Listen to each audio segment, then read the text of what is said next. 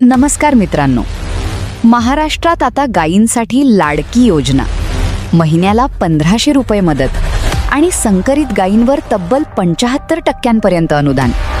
पण प्रश्न असा आहे, ही योजना खरंच शेतकऱ्यांसाठी गेम चेंजर ठरणार आहे की हा फक्त आणखी एक राजकीय प्रयोग आहे? आज आपण या योजनेचं पूर्ण विश्लेषण करणार आहोत. किती फायदा, कोणाला फायदा, पैसे कुठून येणार आणि सर्वात महत्त्वाचं, यामुळे खरंच देशी गायींचं संवर्धन होईल का? चॅप्टर 1. योजना नेमकी काय आहे? सर्वप्रथम समजून घेऊया ही लाडकी गाय योजना नेमकी आहे तरी काय. राज्य सरकारच्या या योजनेअंतर्गत देशी गायी पाळणाऱ्या शेतकऱ्यांना महिन्याला सुमारे 1500 रुपयांची आर्थिक मदत दिली जाणार आहे. याशिवाय संकरित गायी खरेदीसाठी 75% अनुदान देण्याचीही घोषणा करण्यात आली आहे. सरकारचा दावा आहे की 1. देशी गायींचं संवर्धन होईल, 2. दूध उत्पादन वाढेल, 3. ग्रामीण अर्थव्यवस्थेला चालना मिळेल, 4. शेतकऱ्यांचं उत्पन्न वाढेल. ऐकायला खूप चांगलं वाटतं, पण वास्तविकता काय आहे? चॅप्टर 2. देशी गायींचा मुद्दा इतका महत्त्वाचा का? भारतामध्ये गेल्या काही दशकांत विदेशी आणि संकरित जातींचा वापर मोठ्या प्रमाणावर वाढला, कारण त्या अधिक दूध देतात. पण याच काळात अनेक पारंपरिक देशी जाती कमी होत गेल्या.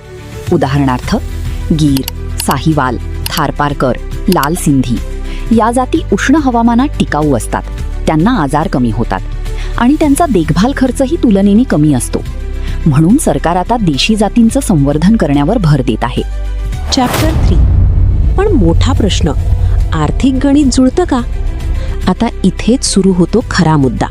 कारण कोणतीही योजना जाहीर करणं सोपं असतं, पण ती दीर्घकाळ चालवणं खूप कठीण असतं.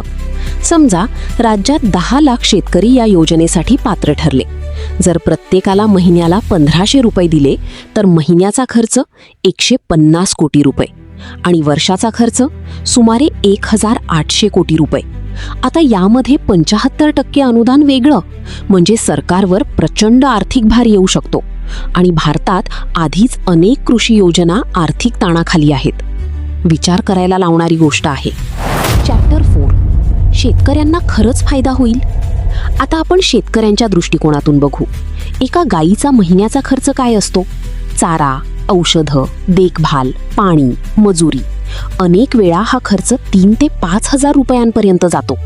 अशा वेळी 1500 रुपयांची मदत उपयोगी ठरू शकते, पण ती पुरेशी आहे का? कदाचित नाही. कारण खरी समस्या फक्त गाय खरेदी नाही. खरी समस्या आहे दुधाला योग्य भाव मिळणं, पशुवैद्यकीय सुविधा, चारा टंचाई, बाजारपेठेपर्यंत पोहोच. जर या मूलभूत समस्या सुटल्या नाहीत तर फक्त अनुदान देऊन मोठा बदल होणं कठीण आहे. चॅप्टर 5.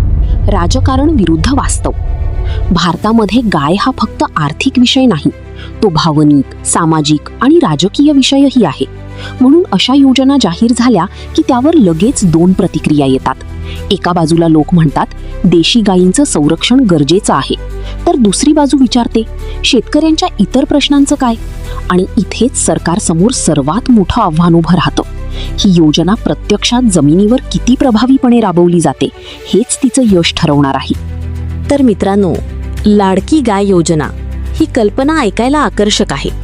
ती काही शेतकऱ्यांसाठी फायदेशीर ठरू शकते, पण फक्त अनुदान देऊन ग्रामीण अर्थव्यवस्थेतील खोल समस्या सुटणार नाहीत. जर सरकारने दूध दर सुधारले, चारा व्यवस्थापन मजबूत केलं, पशुवैद्यकीय सुविधा वाढवल्या आणि पारदर्शक अंमलबजावणी केली तर ही योजना खरोखर यशस्वी होऊ शकते.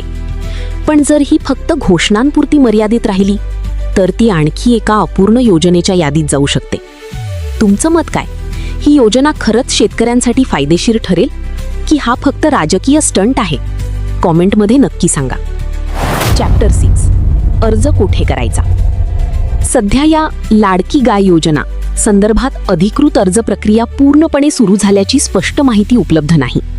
मात्र अशा पशुसंवर्धन योजनांसाठी सामान्यतः अर्ज खालील ठिकाणी करावा लागतो: आपल्या तालुक्यातील पशुसंवर्धन विभाग कार्यालय, ग्रामपंचायत, पंचायत समिती, महा ई सेवा केंद्र CSC, महा DBT पोर्टलवर ऑनलाईन अर्ज, योजनेचा अधिकृत GR, शासन निर्णय आणि अर्ज लिंक आल्यावर ती बहुधा महाराष्ट्र शासन पशुसंवर्धन विभाग किंवा महाडीबीटीवर उपलब्ध होईल.